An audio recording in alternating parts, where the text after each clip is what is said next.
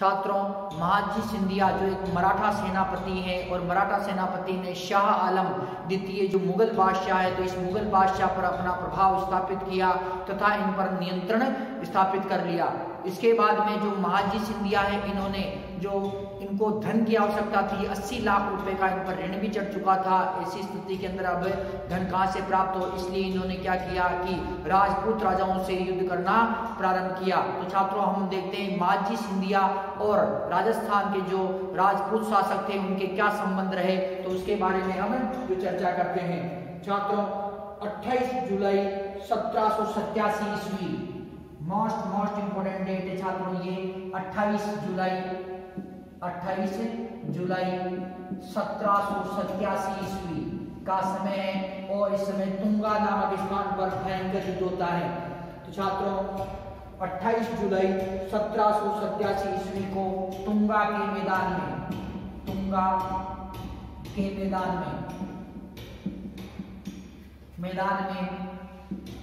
महादजी सिंधिया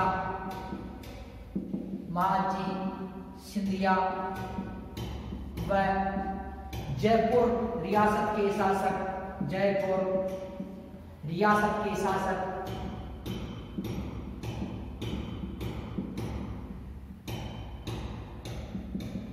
सवाई प्रताप सिंह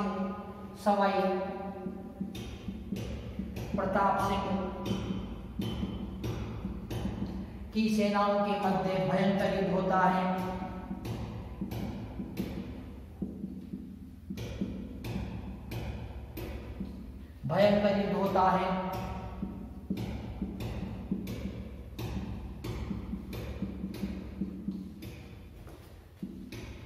इस युद्ध में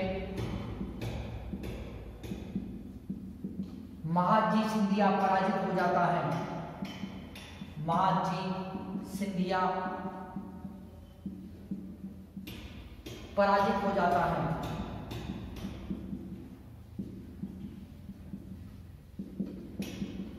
पराजित हो जाता है। तो छात्रों जो महादजी सिंधिया है, महादजी सिंधिया ने राजपूताना की तरफ जो अपना जो रुख किया और राजपूताना के अंदर इनका मुकाबला होता है जयपुर रियासत के शासक सवाई प्रताप सिंह से। सवाई प्रताप सिंह तथा जो महादजी सिंधिया है इनकी सेना के मध्य जो भयंकर युद्ध होता है कहाँ होता है, तुंगा के मैदान में। किस मैदान में होता है, तुंगा के मैदान में। छात्रों यहाँ पे टाइपिंग पूछा जाता है तुंगा युद्ध, फिर आपको इसमें अति लघुत्रात्मक जो इसमें 20 शब्द में आपको उत्तर देना पड़ता है तो तुंगा युद्ध के बारे में। तो छात्रों इसमें 28 जुलाई 1787 ईस्वी को जो तुंगा के मैदान में महादजी सिंधिया व जयपुर के शासक जो महादजी सिंधिया है तथा जयपुर के शासक सवाई प्रताप सिंह की सेना के मध्य जो भयंकर युद्ध होता है, इस युद्ध में महादजी सिंधिया क्या होते हैं, पराजित हो जाते हैं। छात्रों अगला जो इनका है महादजी सिंधिया का 20 जून 1790 को पाटन युद्ध। अब कौन सा युद्ध होता है, पाटन युद्ध। ये कौन सा युद्ध था, तुंगा का युद्ध था। अब है पाटन युद्ध।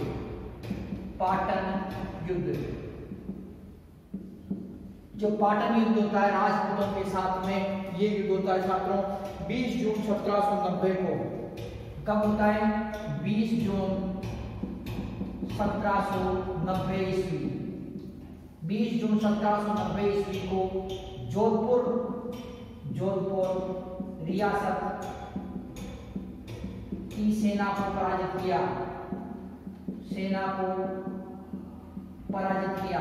किसने किया, महादजी सिंधिया ने। किसने किया छात्रों, महादजी सिंधिया ने। छात्रों पहला युद्ध कब होता है, 1784 ईस्वी के अंदर इनका युद्ध होता है जयपुर रियासत के राजा सवाई प्रताप सिंह से, जिसमें महादजी सिंधिया तुंगा के मैदान में पराजित हो जाते हैं। और यहाँ पर इनका युद्ध हो रहा कौन सा, पाटन का युद्ध। कौन सा युद्ध होता है छात्रों, पाटन का युद्ध। 20 जून 1790 ईस्वी कब हो रहा है, 20 जून 1790 ईस्वी को हो रहा है। और जोधपुर रियासत की सेना को इसमें जो पराजित किया, किसने किया, ये जो महादजी सिंधिया द्वारा पराजित किया गया।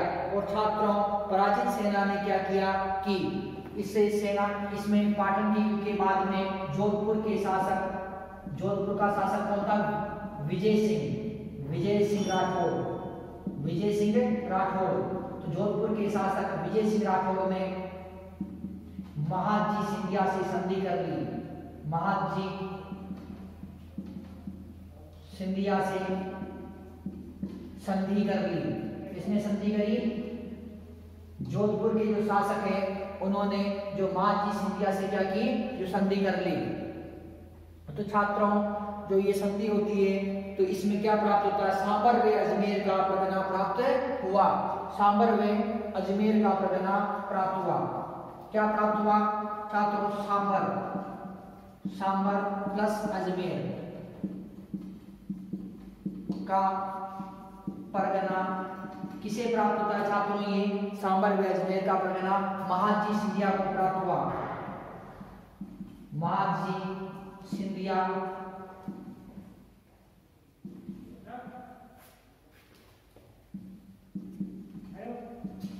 को प्राप्त हो। तो महादजी सिंधिया को अजमेर व सांबर का परगना जो ये प्राप्त हुआ।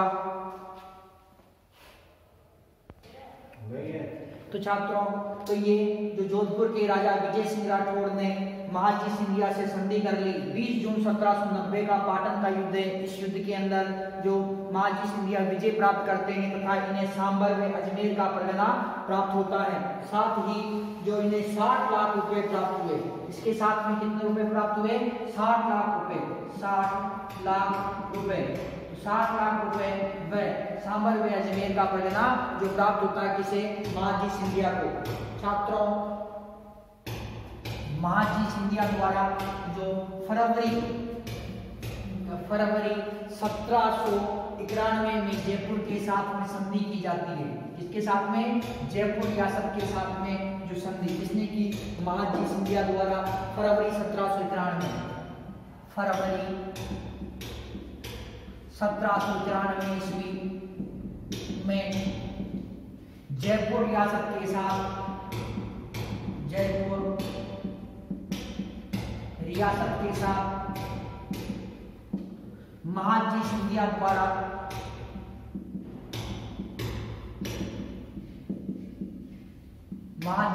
द्वारा संधि की गई, संधि की गई। तो जयपुर रियासत के साथ में संधि होती छात्रों का फरवरी 1791 ईस्वी के अंदर। और इसमें क्या प्राप्त हुआ कि 17 लाख रुपए, इसमें 17 लाख रुपए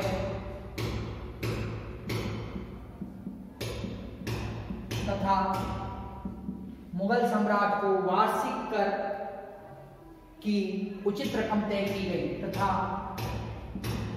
मुगल सम्राट को वार्षिक कर देने की, वार्षिक कर देने की उचित रकम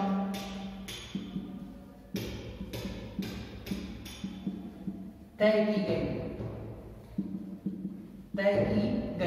तो छात्रों जो फरवरी 1791 ईस्वी के अंदर जयपुर रियासत में मराठा सेना नायक महादजी सिंधिया के मध्य एक संधि होती है। इस संधि के अनुसार क्या होता है छात्रों की 17 लाख रुपए महादजी सिंधिया को प्राप्त होते हैं तथा मुगल सम्राट को वार्षिक कर जो जयपुर रियासत ने देना बंद कर दिया था तो उसकी जो उचित जो रकम तय होती है। तो इस प्रकार से छात्रों जो राजपूतों पर जो मुगल सम्राट जो राजपूतों पर महादजी सिंधिया द्वारा अपना प्रभाव स्थापित किया गया। छात्रों अब हम देखते हैं कि शाह आलम को पुनः शासक बनाना।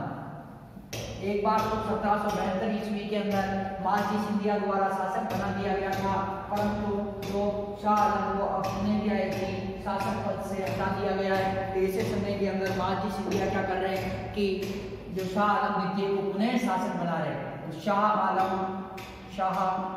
आलम द्वितीय को पुनः शासक बनाना,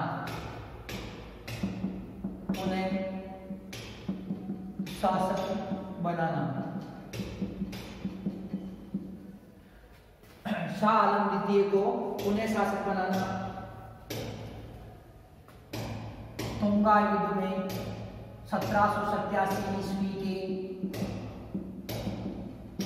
तुंगा युद्ध में, तुंगा युद्ध में 1787 ईस्वी के तुंगा युद्ध में महाजी सिंधिया की पराजय से महाजी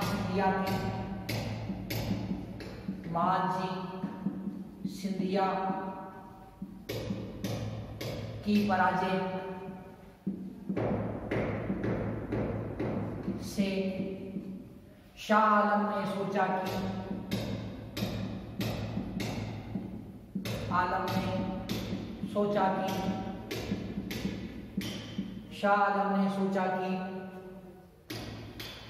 महाजी का पतन हो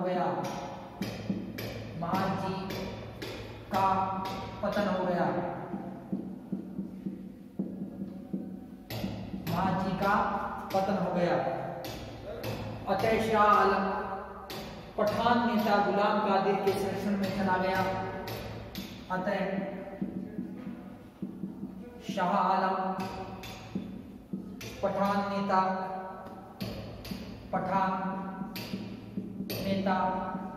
गुलाम कादिर के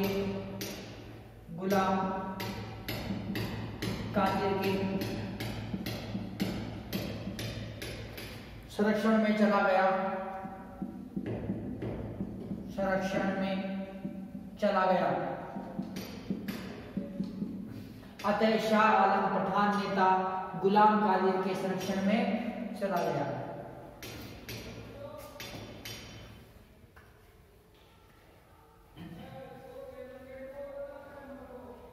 जुलाई 1788 में गुलाम कादिर ने शाह आलम को गद्दी से हटाकर अंधा करवा दिया। 1788 ईस्वी में गुलाम कादिर ने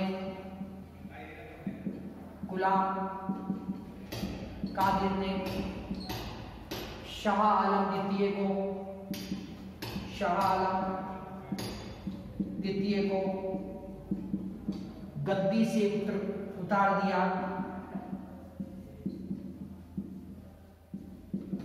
उतार कर अंधा करवा दिया।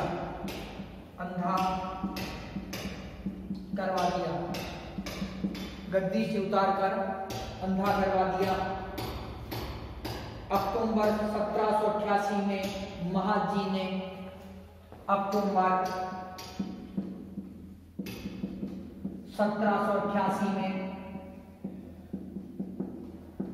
महाजी सिंधिया ने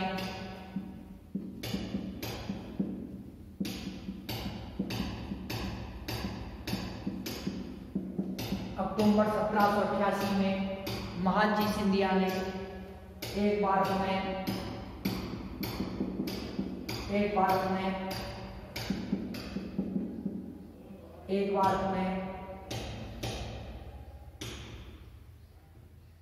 शाह आलम को गद्दी पर बिठाया।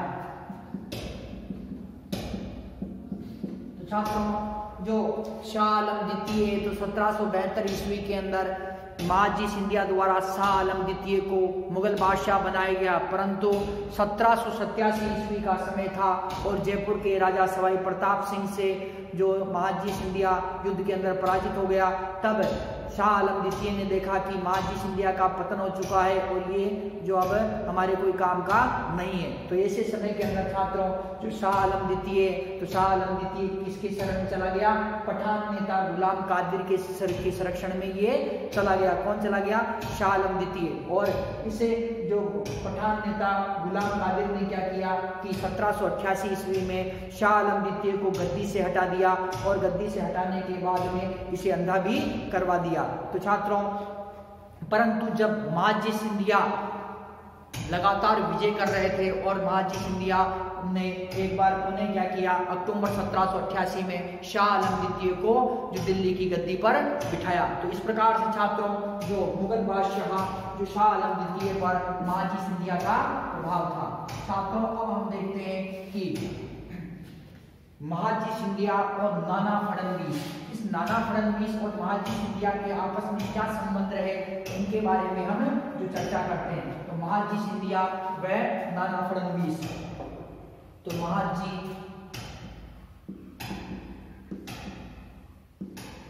सिंधिया व नाना फडणवीस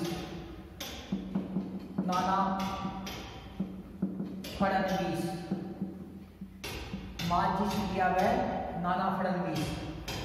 छात्रों 1761 ईस्वी का जो पानीपत का तृतीय युद्ध हुआ, इसमें महाजी सिंधिया ही एकमात्र ऐसे जो सेनापति थे जो बचे थे इस युद्ध के अंदर, तथा जो पूना के अंदर नाना फडणवीस ने अपना प्रभाव जमा दिया था। महाजी सिंधिया उत्तरी भारत के अंदर मराठा शक्ति को स्थापित कर रहे थे, जबकि दक्षिणी भारत के अंदर नाना फडणवीस था, इसने क्या किया, अपना प्रभाव बढ़ा लिया। तो छात्रों, अब जो नाना फडणवीस है ये महाजी सिंधिया को हमेशा संदेह की दृष्टि से देखता है कि नाना फडणवीस को यह डर है कि महाजी सिंधिया अलग से कोई मराठा साम्राज्य की स्थापना न कर ले। तो छात्रों, अब हम देखते हैं महाजी सिंधिया व नाना फडणवीस के जो आपसी संबंध। नाना फडणवीस प्रारंभ से ही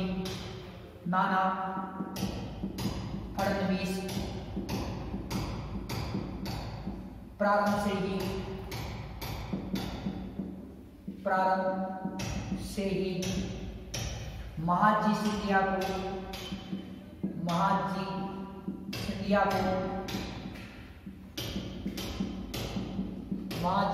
को संदेह की दृष्टि से देखता था,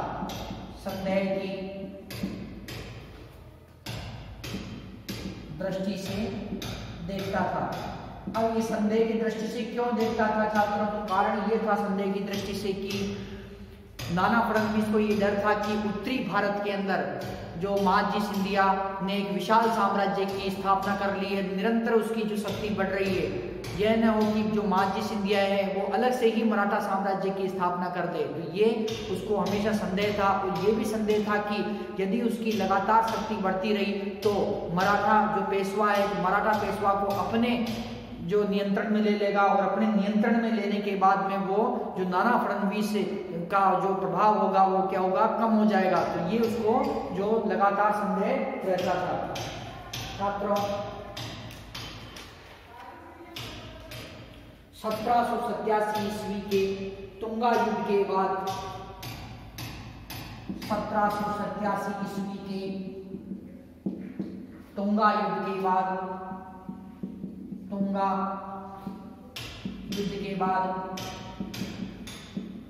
1787 ईस्वी के तुंगा युद्ध के बाद महाजी ने नाना फडणवीस को सहायता के लिए पत्र लिखा।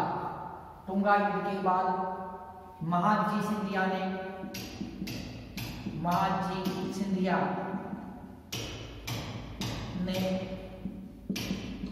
सहायता के लिए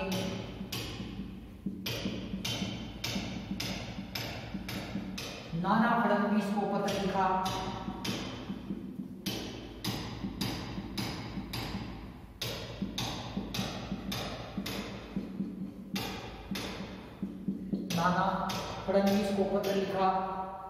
परंतु नाना ने कोई सहायता नहीं की, परंतु नाना फडणवीस ने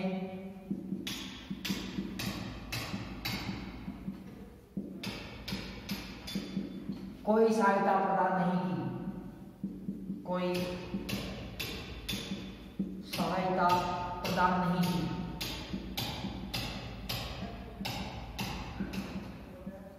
नहीं की, क्योंकि नाना को संदेह था कि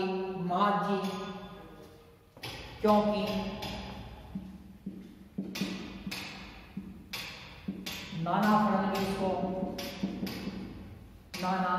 फडणवीस को यह संदेह था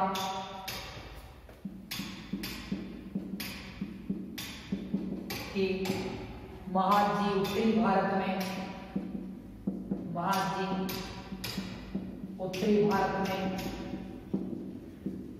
पृथक से मराठा साम्राज्य की स्थापना न कर दे, मराठा साम्राज्य की स्थापना न कर दे। मराठा साम्राज्य की स्थापना न कर ले। 1792 ईस्वी से 1794 ईस्वी तक, 1792 ईस्वी से 1794 ईस्वी तक महाजी सिंधिया पूना दरबार में रहे। महाजी सिंधिया पूना दरबार में रहे। पूना दरबार में रहे। नाना फडणवीस का संदेह दूर करने का प्रयास किया। नाना फडणवीस का संदेह दूर करने का प्रयास किया,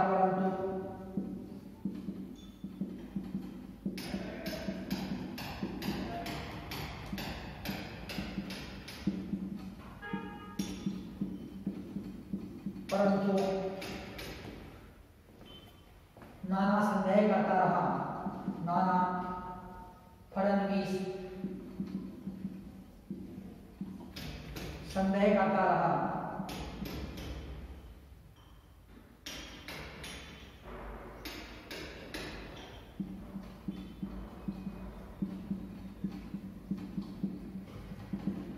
तो छात्रों, जो नाना महाजी सिंधिया तथा नाना फडणवीस के जो आपसी संबंध थे, वो आपसी संबंध इस प्रकार से कि नाना फडणवीस प्रारंभ से ही महाजी सिंधिया से जो महाजी सिंधिया को संदेह की दृष्टि से देखता था। 1784 ईस्वी में जब तुंगा का युद्ध हुआ तो महाजी सिंधिया इसमें पराजित हो गए। महाजी सिंधिया की आर्थिक स्थिति खराब हो गई और सैनिक स्थिति भी इनकी खराब थी। इन पर 80 लाख रुपए से अधिक का इन पर जो ऋण भी था। ऐसे समय के अंदर नाना फडणवीस से इन्होंने सहायता मांगी, परंतु नाना फडणवीस ने किसी प्रकार की कोई सहायता नहीं दी। सहायता नहीं देने का कारण ये था कि नाना फडणवीस को यह संदेह था कि महाजी सिंधिया उत्तरी भारत में पृथक से कोई मराठा साम्राज्य की स्थापना न कर ले। 1792 ईस्वी से 1794 ईस्वी तक का समय था और इस समय के अंदर महाजी सिंधिया पूना दरबार में रहे और पूना के अंदर रहकर उन्होंने नाना फडणवीस का संदेह दूर करने का प्रयास किया, परंतु नाना फडणवीस तो इन पर महाजी सिंधिया पर लगातार जो संदेह करता रहा। छात्रों, महाजी सिंधिया व होलकर, महाजी सिंधिया व होलकर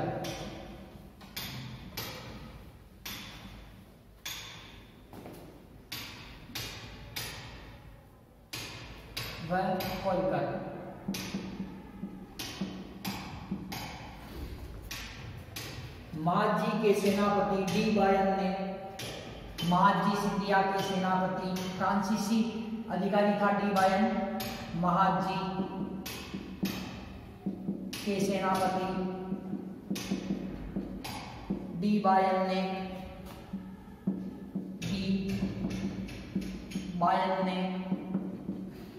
महाजी सिंधिया के सेनापति डी बायन ने 1793 ईस्वी में होलकर को 1793 ईस्वी में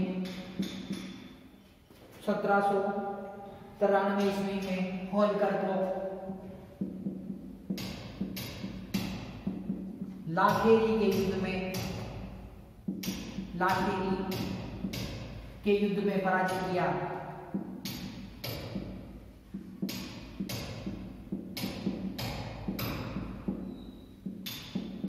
लाखेरी के युद्ध में पराजित किया, जिसके कारण महाजी सिंधिया की प्रतिष्ठा पूना में बढ़ गई।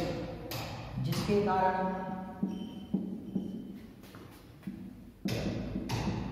महाजी सिंधिया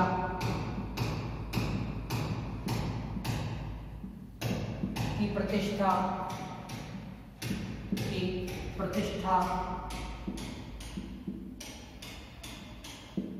पूना में बढ़ गई।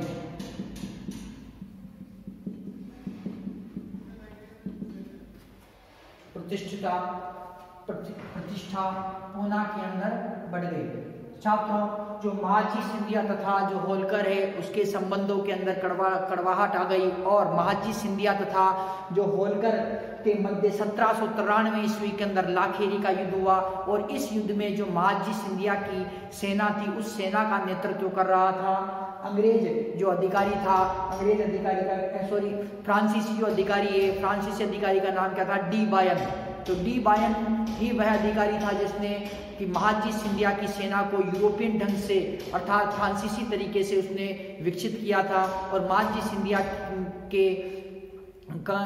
सिंधिया ने उसे अपनी सेना में नियुक्त किया था और इसी डी बायन के नेतृत्व में 1793 ईस्वी के अंदर लाखेरी का युद्ध हुआ जिसमें महादजी सिंधिया ने होलकर को पराजित किया। जब होलकर को पराजित कर दिया तब महादजी सिंधिया की पूना के अंदर प्रतिष्ठा बढ़ गई। तो इस प्रकार से छात्रों जो होलकर पर महादजी सिंधिया ने अपना नियंत्रण स्थापित किया। मृत्यु, महादजी सिंधिया की जो मृत्यु होती है छात्रों, मृत्यु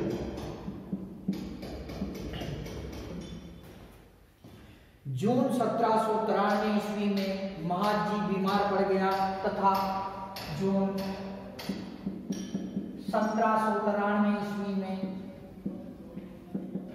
महादजी सिंधिया बीमार पड़ गया।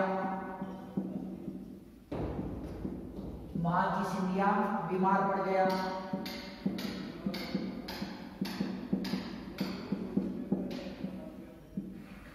महादजी सिंधिया बीमार पड़ गया। 12 फरवरी 1794 में इनकी मृत्यु हो गई।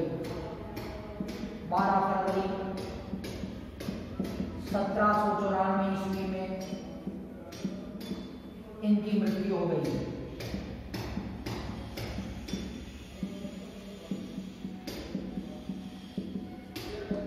फरवरी 1794 ईस्वी में जो इनकी मृत्यु हो गई। छात्रों जो महादजी सिंधिया है तो महादजी सिंधिया अपने युग का सर्वश्रेष्ठ कूटनीतिज्ञ एवं सैन्य संचालक था। महादजी सिंधिया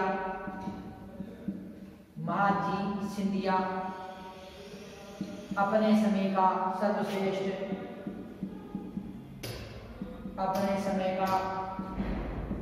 सर्वश्रेष्ठ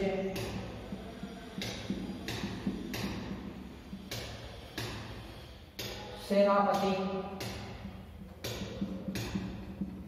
वह कूटनीतिज्ञ व्यक्ति था।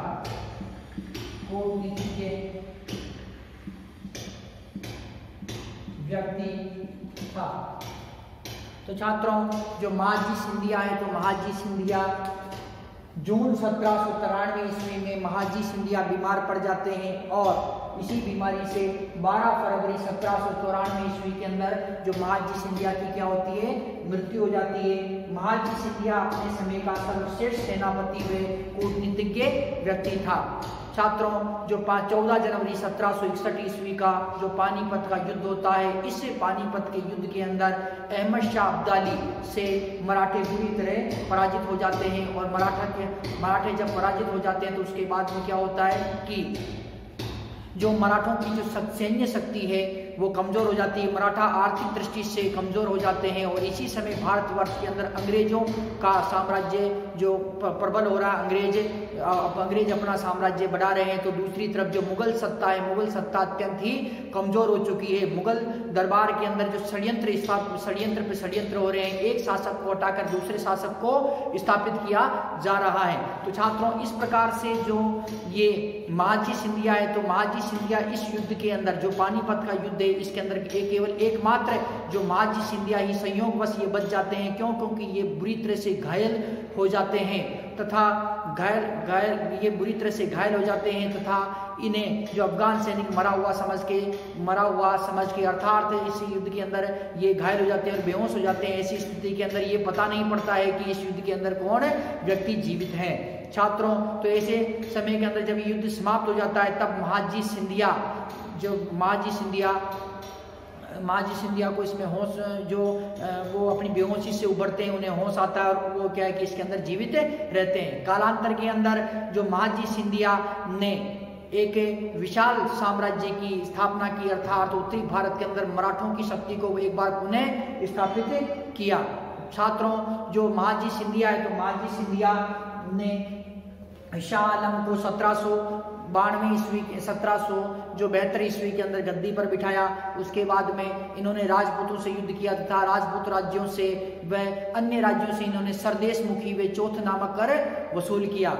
शाह आलम द्वितीय को इन्होंने एक बार पुनः जो शासन मुगल बादशाह बनाया छात्रों, और इन्होंने क्या किया कि ये लगातार ही जो मराठा साम्राज्य का विस्तार करते रहे। एक महान सेनापति थे, परंतु जो पूना के दरबार में बैठा हुआ व्यक्ति था नाना फडणवीस, वो इन्हें संदेह की दृष्टि से देखता था और इसी के कारण क्या हुआ कि उसे नाना फडणवीस ने इनकी सहायता नहीं की। यदि नाना फडणवीस समय पर इनकी सहायता करता तो महाजी सिंधिया निसंदेह एक और भी विशाल साम्राज्य की स्थापना करते। तो छात्रों, इस प्रकार से जो महाजी सिंधिया थे अपने समय के जो सर्वश्रेष्ठ सेनापति व कूटनीतिज्ञ व्यक्ति थे और इन्होंने मराठा साम्राज्य को एक बार पुनः स्थापित करने में महत्वपूर्ण योगदान प्रदान किया। तो छात्रों, इस प्रकार से जो ये हमारा महाजी सिंधिया का जो टॉपिक था ये कंप्लीट हुआ। छात्रों, अब हम जो देखेंगे नाना फडणवीस का जो टॉपिक है, महाजी सिंधिया तथा नाना फडणवीस का जो मराठों